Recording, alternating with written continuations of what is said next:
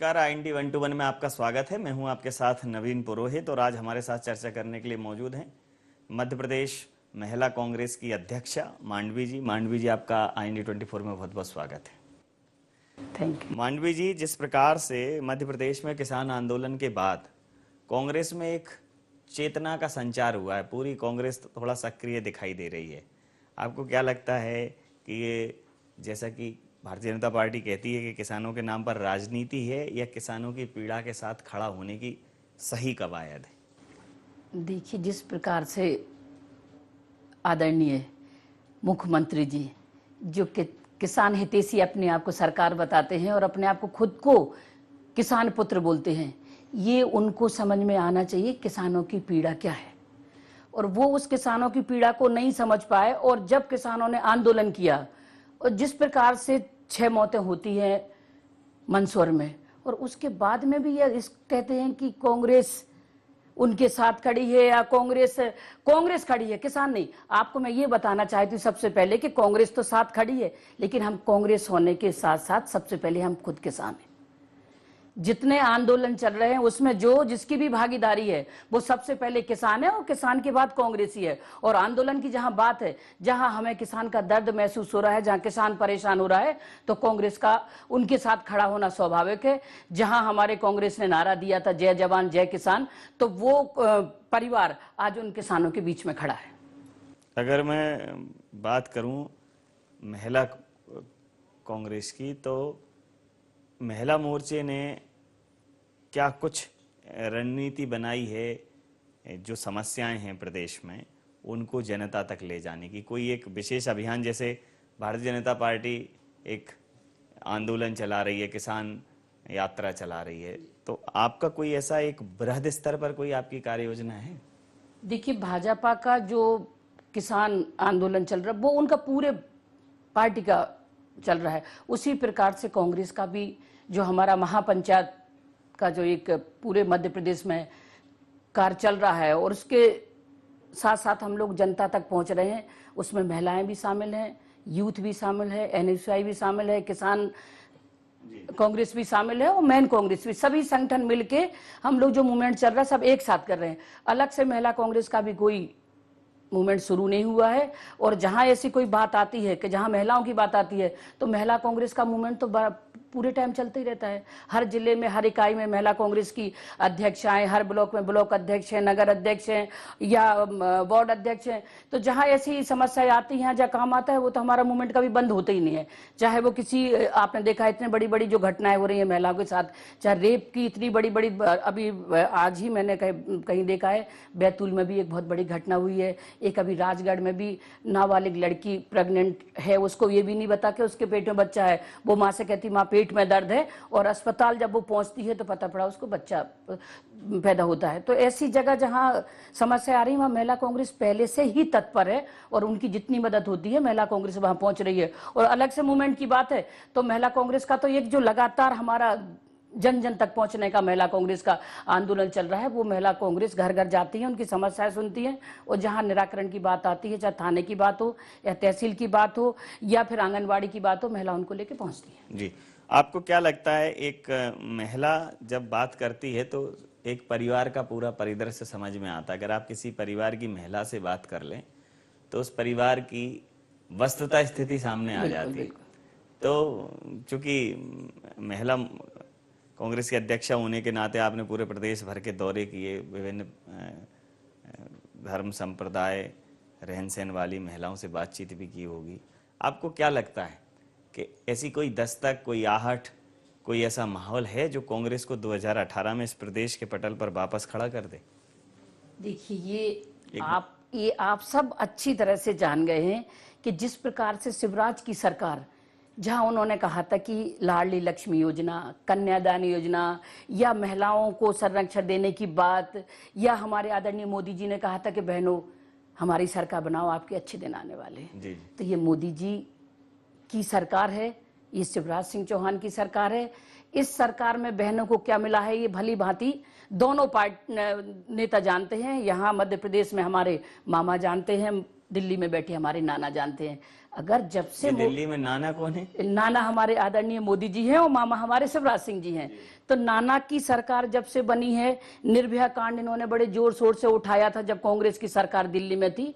आज आए दिन निर्भया जैसे केस हो रहे हैं, अभी बैतूल का केस भी इसी प्रकार से हुआ है। तो नाना ने बहनों की और बच्चियों की और बेटियों की इज्जत बचा पाई, और ना मामा ने बहुत बड़ी बड़ी बातें करी हैं, लाडली लक्ष्मी योजना की, कन्यादान योजना की, बहनों को महंगाई कम करेंगे, बहनों को हम संरक्षण देंगे। लेकिन वो जीएसटी लाए हैं। तो जीएसटी में एक बहुत छोटी सी बात होती है, महिलाओं की यूज करने की नैपकिन तक पे इन्होंने जीएसटी लगा दिया। इससे बड़े शर्म की बात क्या हो सकती है इस सरकार में, जो बहनों की, बच्चियों की और माताओं की बात करते हैं। तो मोदी जी कहां से समझेंगे बहनों की, माताओं की, बच्चियों की बात, क्योंकि वो खुद अपनी पत्नी को पत्नी स्वीकार नहीं कर पाए और बात करते हैं इनकी तलाक की, 3 तलाक नहीं होना चाहिए। 3 तलाक की बात करने वाले मोदी जी अब क्या ये बता पाए कि मैंने अपनी पत्नी को तलाक दिया है या स्वीकार किया है? तो जहां बहनों की और बच्चियों की और माताओं की बात आती है, तो ये सरकार को बहुत अच्छे से बहनें भी, बेटियां भी और बच्चियां भी और माताएं समझ चुकी हैं कि भाजपा की सरकार में बहनों को, माताओं को कितना संरक्षण मिला है। जब से भाजपा की सरकार आई है, सबसे ज्यादा 3 साल से लेकर हमारी 60 साल की माँ, बच्ची, बहन के साथ बलात्कार की घटनाएं हो रही हैं, और जो मध्य प्रदेश में नंबर 1 पे है, जिस पे कहीं कोई रोक नहीं लग पा रही है, कहीं कोई मूवमेंट नहीं चल रहा है। जब इनसे बात होती है तो न, बहनों का रखवाला हूं मैं, बच्चियों का मामा हूं। अरे कभी आपने उस बहन से पूछा कि आपका पति क्या कर रहा है, आपका भांजा क्या कर रहा है, नौकरी मिली कि नहीं मिली, आपके पति को खेत में कहीं इनकम हो रही है, कहीं पानी बरस रहा है, कहीं उसको मुआवजा मिला है कि बिजली आ रही है? कहीं तो आपको कोई बहन के बारे में आपने पूछा होगा कि आपका पति कहाँ है, जो उसका उनके बहनों ही होना चाहिए, जो बार बार कहते हैं। ये तो एक सिंबॉलिक बात है। नहीं, सिंबॉलिक बात नहीं कर रही, तो मैं उसी के आगे बात करना चाहती हूँ कि जिस प्रकार से इन्होंने बहनों को ठगा है, बच्चियों को ठगा है, भांजियों को ठगा है, तो वो माताएं, वो बहनें, वो भांजियां मामा से और अपने भाई से ये सवाल करती हैं कि आपकी सरकार में हमें क्या मिला है, कहां हम सुरक्षित हैं। और 2018 में आने वाले समय 2018 में शिवराज सिंह चौहान को ये पता पड़ जाएगा कि जिन बहनों, माताओं को हमने बहला फुसलाकर वोट लिए थे, आने वाला समय बताएगा कि किसके पाले में आगे गेंद गिरती है। लेकिन आप और पूरी कांग्रेस ये स्वीकार करती है कि कहीं ना कहीं शिवराज सिंह चौहान जी का मध्य प्रदेश की जनता के साथ एक रिश्ता बन गया है, एक मामा या भाई का, या ऐसा आपको क्या लगता है? चलिए वो उस रिश्ते से इतर टूट जाए, वो रिश्ता, उस रिश्ते से लोग रूठ भी जाएं, तो आपका रिश्ता तो कायम होना चाहिए। आपका फरिश्ता कहाँ है? अभी ज्योतिरादित्य सिंधिया जी ने तो कल ही शायद कहीं कहा है कि एक चेहरा तो चाहिए, एक अदद चेहरे की तलाश है कांग्रेस में।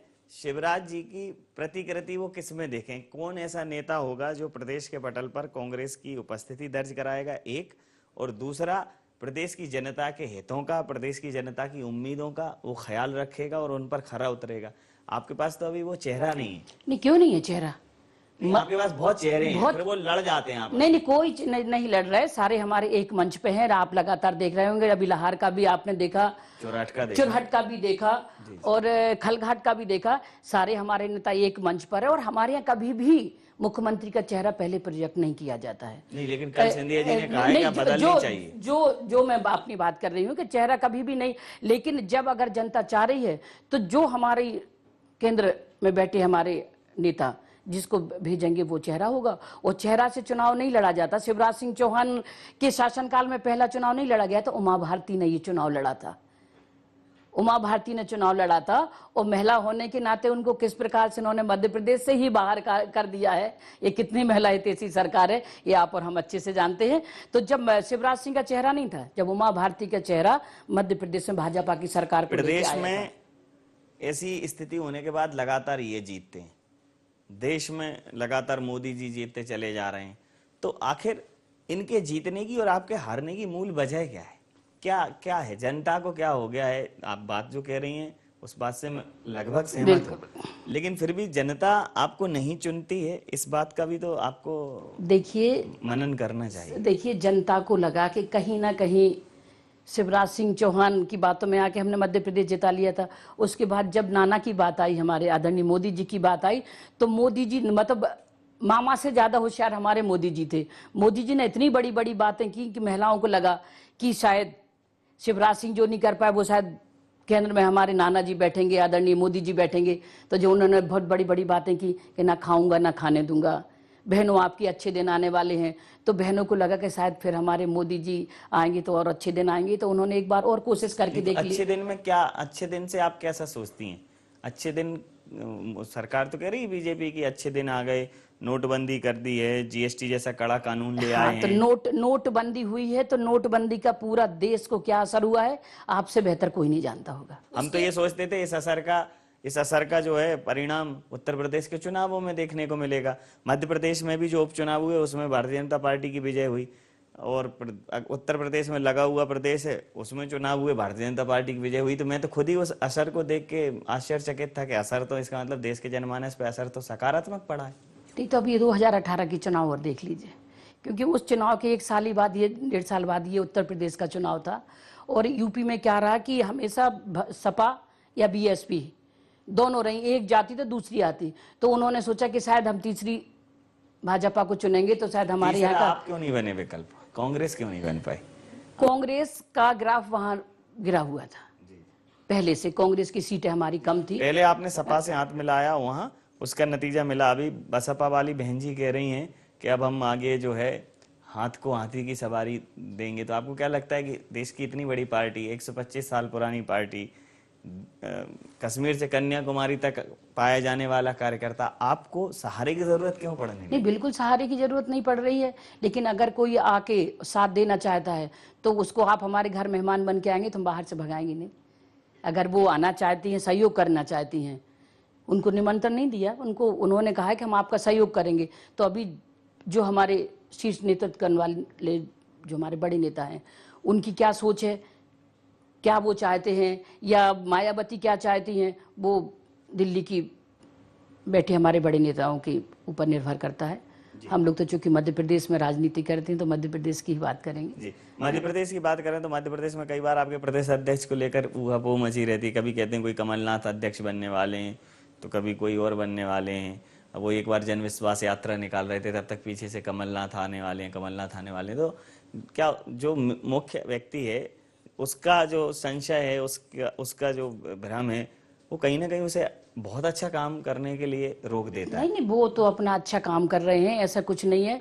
उनसे हम लोगों ने बीच में चर्चा की तो उनको सीधे निर्देश है कि आप अपना काम करिए, और जिस प्रकार से उन्हें निर्देश मिले उस प्रकार से काम हो रहा है। और जहां बोला जा रहा है कि कमलनाथ जी आ रहे हैं, सिंधिया जी आ रहे हैं, तो जो हाई कमान के निर्देश होंगे तब जो निर्णय होगा तो बन के आएंगे, तो वो सबको स्वीकार होंगे। पर अभी ऐसा तो कुछ है नहीं। किसान आंदोलन में सरकार ने किसानों से बात की, जो मृत परिवार थे उनको बड़ा मुआवजा भी दिया, प्याज की खरीदी भी की, हर संभव कोशिश कर रही है। फिर आपको क्या लगता है कि किसान कैसे किसान हितैषी नहीं है? क्या है जो किसान हितैषी होना चाहिए? आप जब आएंगे तो किसानों के लिए क्या करेंगे आप? देखिए, बिल्कुल विशुद्ध कमिटमेंट चाहता हूं कि ठीक है, ये तो जो कर रहे हैं, ये 2 रुपए की प्याज 8 रुपए में खरीद रहे हैं, फिर उसको 2 रुपए में बेच रहे हैं, जो भी कर रहे हैं, लेकिन अगर आप आएंगे तो, वैसे मुख्यमंत्री जी कहते थे कि खेती को लाभ का धंधा बनाएंगे, लेकिन आप अभी नहीं कह पा रहे हैं। तो आप क्या करेंगे खेती के लिए? देखिए, खेती या किसानों के लिए? या किसान एक अन्नदाता है जी। और अगर खेती नहीं होगी तो देश भी नहीं होगा। अकेला हम व्यापार से नहीं उसको तुलना कर सकते हैं। तो जहाँ किसान है वहाँ खेती होगी।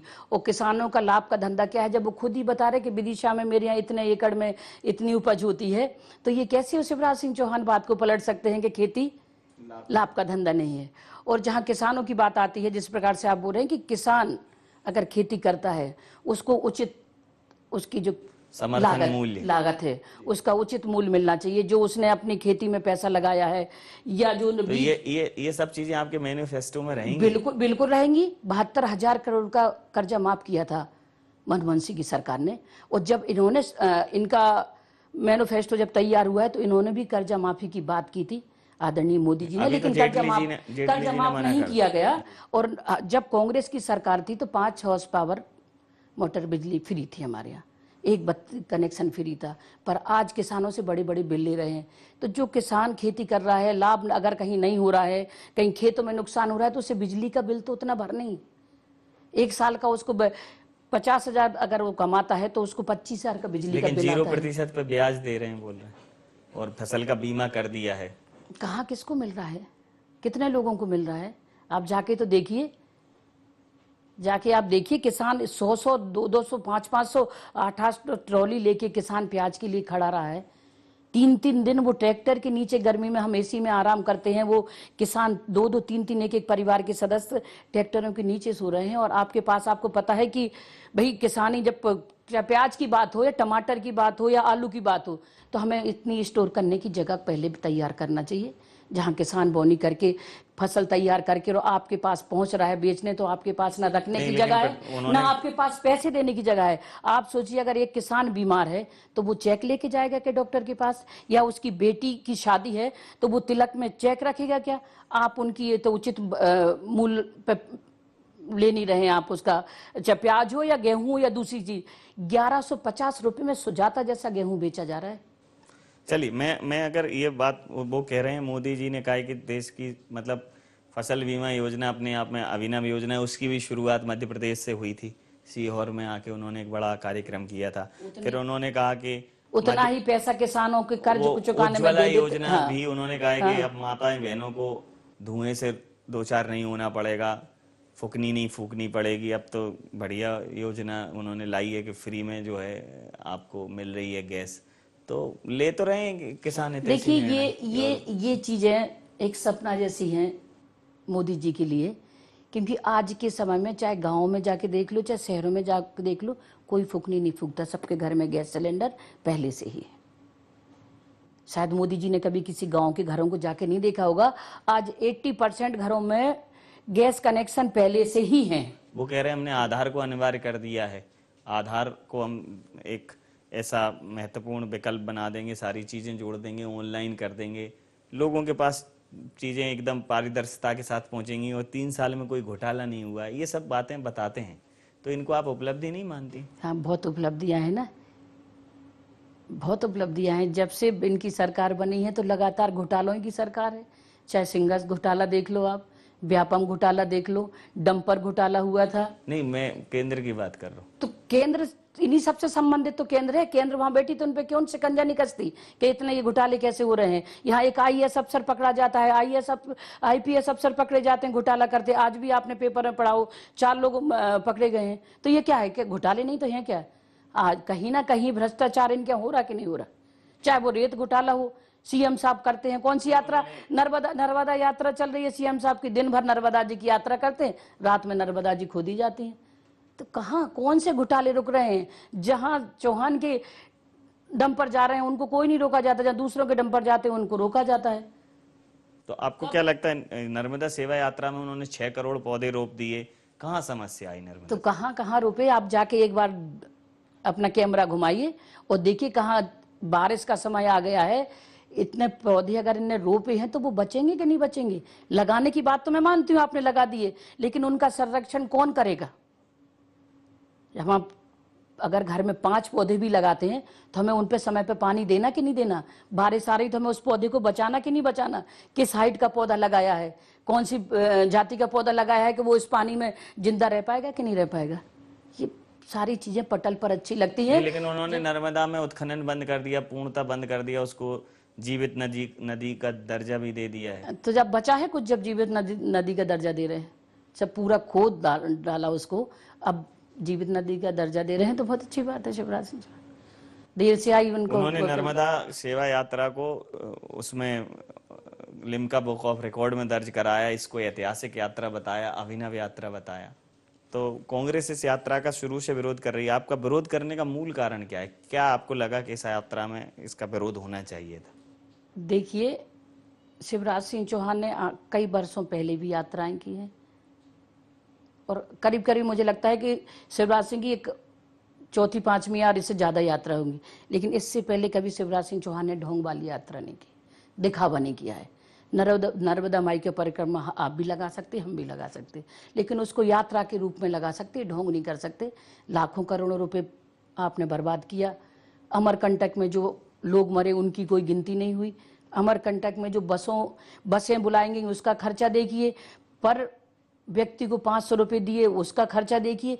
ये इतना सारा आपने ताम झाम किया, इतना पैसा आपने खर्च किया, इस पैसे को जो किसान रोज आत्महत्या कर रहे हैं, कल भी 2 किसानों ने की आत्महत्या, इनके घर में पहुंचा देती तो इन किसान कृषि आत्महत्या मंत्री नहीं कह रहे करते। हैं कि दूसरे कारणों से कर रहे हैं, खेती उनकी परेशानी नहीं है, उनकी परेशानी कुछ पारिवारिक कलह भी है, आपसी तनाव है, वो तो साफ इनकार किया है कृषि नहीं तो आप मंत्री। एक बार उसके घर जाके देखिए, तो वो भी पता करिए कि अगर इसने परिवार की कलह से मर रहा है या कहीं उसके पास कर्ज का बोझ है या अन्य कोई कारण है, तो हमारी सरकार में किसान ही क्यों मर रहा है? दूसरा व्यक्ति मरे तो हम बात करेंगे उसकी, लेकिन किसान आत्महत्या करता है और हमारे विधायक कहते हैं कि इनको सब्सिडी चाटने की आदत हो गई इसलिए ही आत्महत्या करते हैं। एक और बड़ा महत्वपूर्ण प्रश्न है कि अगर आप जनता के सामने जाते हैं, जाएंगे ही 2018 में, तो किसानों के लिए, रोजगार में युवाओं के लिए, शिक्षा, स्वास्थ्य, इन सारे उसमें आपके पास ऐसा क्या नया होगा जो भारतीय जनता पार्टी के पास नहीं है या भारतीय जनता पार्टी नहीं कर पाई है? ऐसी क्या यूनिक सोच रहेगी आपकी, क्या अनोखा लेके जाएंगे? देखिए, जिस प्रकार से भाजपा ने कहा था कि युवाओं को रोजगार देंगे, जी, आज व्यापम जैसा घोटाला होकर रोजगार ना मिलने से और बुरी स्थिति में हमारे युवा आ गए हैं। नौकरी तो मिलने का बहुत ही मुश्किल वाली बात है। उनको कहीं, जो आदरणीय मोदी जी ने भी कहा था कि काला धन लेके आऊंगा, और 15-15 लाख हर गरीब के में और हर युवाओं के और महिलाओं के खाते में डालूंगा, ना वो 15 लाख आए, ना युवाओं को रोजगार मिला, ना युवाओं को नौकरी मिली। और जब हमारी कांग्रेस की सरकार आएगी तो हम ऐसा एजेंडा बनाएंगे कि जिसमें युवाओं को नौकरी भी मिले और युवाओं को रोजगार भी मिले। जी, आपको क्या लगता है कि कौन आपका कर्णधार हो सकता है? क्योंकि सारे लोग लगभग पिछले चुनावों में अपना जौहर दिखा चुके हैं, चाहे ज्योतिरादित्य सिंधिया जी की बात हो, कमलनाथ जी की बात हो, दिग्विजय सिंह जी की बात हो, सारे लोग कहीं ना कहीं किसी न किसी चुनौती के रूप में प्रदेश से 2-4 हो चुके हैं, भारतीय जनता पार्टी से 2-4 हो चुके हैं। तो क्या नया ऐसा होगा कि इस बार जनता जो है आप पर भरोसा दिखाएगी? देखिए, चेहरा आपका, हमारा, सबका अपना एक चेहरा होता है, लेकिन वोट जनता का होता है। जनता कांग्रेस को जब नहीं चाहा जनता ने, तो भाजपा का एक को वोट दिया। तो भाजपा का चेहरा शिवराज सिंह नहीं थे, भाजपा को उन्होंने वोट दिया। तो उन्होंने चाहा था कि हम बदलाव चाहते हैं तो हम भाजपा को लेके आ रहे हैं, उन्होंने भाजपा को वोट दिया। अगर आज उनको लग रहा है कि भाजपा काम नहीं कर पा रही है, कांग्रेस हमारे काम कर सकती है, या हम लोग उन पे विश्वास जता रहे हैं, वो विश्वास हमारा, हम उनका जीतते हैं, तो वो अगर उनको लगता है कि कांग्रेस हमारे काम आती है या कांग्रेस ने हमारा साथ दिया है इतने सालों तक, तो ये जनता का वोट है, जनता ही वोट देती है और जनता के वोट से ही सरकारें बनती हैं, भाजपा हो या कांग्रेस हो या बीएसपी हो, सपा हो। तो जब जनता ये इनके चेहरे को अच्छे से समझ गई है या इनके काम को अच्छे से समझ गई है, तो जनता को बदलाव लाना है, समय बताएगा, जनता अपने आप बदलाव लाएगी। चेहरा कोई भी हो जी, चेहरा कोई भी हो, लेकिन वोट जनता का होता है। जनता को चेहरे से जरूरत नहीं होती है, जनता को अपने काम और विश्वास की जरूरत होती है। पार्टी का अगर विश्वास जनता तक पहुंचता है और जनता विश्वास करती है कांग्रेस पार्टी पर, तो स्वाभाविक है कि जनता कांग्रेस को वोट देगी और कांग्रेस की सरकार बनेगी। बिल्कुल ठीक बात कही आपने कि जनता, मतदाता और राजनीतिक पार्टियों का आपस में एक सीधा सा जुड़ा नाता है। जनता का जिसको विश्वास मिल जाता है वो सरकार में आ जाता है। तो अब ठीक है, मैं इतने सारे विषयों पर आपने बड़ी गंभीर टिप्पणियां की और जिस प्रकार से आपने चरित्र चित्रण किया है भारतीय जनता पार्टी का, तो ये एक अलग बात है कि भारतीय जनता पार्टी हो सकता है कि ऐसी स्थिति में हो, लेकिन जनता आपके साथ जुड़े उसके लिए आपको जनता के पास जाना पड़ेगा। तो जनता का विश्वास जीतने के लिए आपको एक बहुत बड़े जन आंदोलन की जरूरत है, वो अभी तक मध्य प्रदेश में नहीं दिखा। आपको क्या लगता है कि कांग्रेस 2018 तक उस स्वरूप में आ जाएगी? देखिए, जिस प्रकार से अभी हमारा खलघाट का आंदोलन हुआ, तो ये हमारी बुलाई हुई जनता नहीं थी। जिस प्रकार से भाजपा के कार्यक्रम होते हैं और किन किन को बुलाया जाता है, ये आप लोग सब अच्छे से जानते हैं। पूरा सरकारी महकमा लगता है, गाड़ियां लगती हैं, और उनके चाहे आशा कार्यकर्ता हो या दूसरे कार्यकर्ता हो, सारे लोगों को बुला के और एकत्रित करके और कार्यक्रम किया जाता है। लेकिन आज चाहे खलघाट की बात करें आप, चाहे मंदसौर राहुल गांधी आए थे उस टाइम की बात करें, और चाहे आप अभी हमारा लहर की कार्यक्रम की बात करें या अभी इतनी बारिश, 4 दिन से बारिश हो रही थी लगातार, और चुरहट के आंदोलन की बात करें तो ये किसानों को बुलाया नहीं जा रहा है। ये अपने आप भीड़ उमड़ उमड़ कर आ रही है। ना हम गाड़ियां लगा रहे हैं, ना हम खाना दे रहे हैं, और ना हम उनकी व्यवस्थाएं कर रहे हैं, लेकिन ये जनता अपने आप निकल कर आ रही है। जनता को भरोसा इनका टूटता नजर आ रहा है भाजपा का। इसलिए जब हम कांग्रेसी उनके पीछे खड़े नजर आ रहे हैं, उनको लग रहा है कहीं ना कहीं कांग्रेस हमारा साथ दे रही है, क्योंकि कांग्रेस पुरानी पार्टी है और किसानों की पार्टी रही है, और हमारी पार्टी ने ही जय जवान जय किसान का नारा दिया था। तो कहीं ना कहीं वो नारा उनके कानों में गूंज रहा है कि इस पार्टी ने हमारी मदद की है, तो हम ये पार्टी आज भी हमारे मदद के लिए इतनी बुरे समय में खड़ी हो रही है। तो ये जनता का वोट है, जनता की सोच है, और कार्यकर्ता तो आगे हम लोग बढ़ के काम करने की सोच बना के उनके पीछे किसानों की लड़ाई के लिए लड़ने खड़े हैं। लेकिन कहीं न कहीं जनता ने इनकी सरकार को नकारा है, और आज जो किसान इनके पीछे भाग रहा था, आज वो किसान क्यों हम लोगों के साथ खड़ा है? क्योंकि कहीं ना कहीं उसका विश्वास जागा है कि हम उनकी मदद के लिए खड़े हैं। ना हमारी अभी पार्टी है, ना हम लोगों के अभी कोई चुनाव है, ना हम लोग चुनाव की कहीं बात करते हैं, ना किसी पार्टी की बात करें। उनकी समस्याओं के समाधान के लिए अगर हम कहीं अपना तन मन धन लगाने खड़े हैं, तो आज वो पार्टी के साथ खड़े होने के लिए तैयार है किसान, और वो गरीब इंसान, और वो कार्यकर्ता, और वो युवा जो इनका कार्यकर्ता था, उसको कहीं ना कहीं ये नजर आया है कि आज कहीं ना कहीं हमारे विश्वास को ठगा गया है। हमें नौकरी देने का वादा किया था, हमें 15 लाख रुपए देने का वादा किया था। महिलाओं ने लंबी लंबी लाइनें लगा के अपने बैंकों में जाके खाते खुलवाए, ना 15 लाख आए, ना 5 लाख आए। तो कहीं ना कहीं बहनें भी ठगी रह गई, युवा भी ठगे रह गए, और किसान को भी भाजपा की सरकार ने अपनी बड़ी बड़ी बातों करके ठगा है। तो आज वो किसान सड़कों पर उतरा है, और आज वो जो हमारे मंदसौर के 6 किसानों का बलिदान है, वो आने वाले 2018 में इनको जवाब देगा। जी, बहुत सारे विषयों पर आपसे बात की। अगर आप जनता में ऐसे संकेत, विश्वास के संकेत देख रही हैं, और ये संकेत जो है सरकार बनाने में कारगर सिद्ध होंगे, तो हमारी शुभकामनाएं आपके साथ। बहुत सारे विषयों पर आपने जो अपने विचार साझा किए, जो अपना समय दिया, उसके लिए आपका बहुत बहुत धन्यवाद, बहुत बहुत आभार।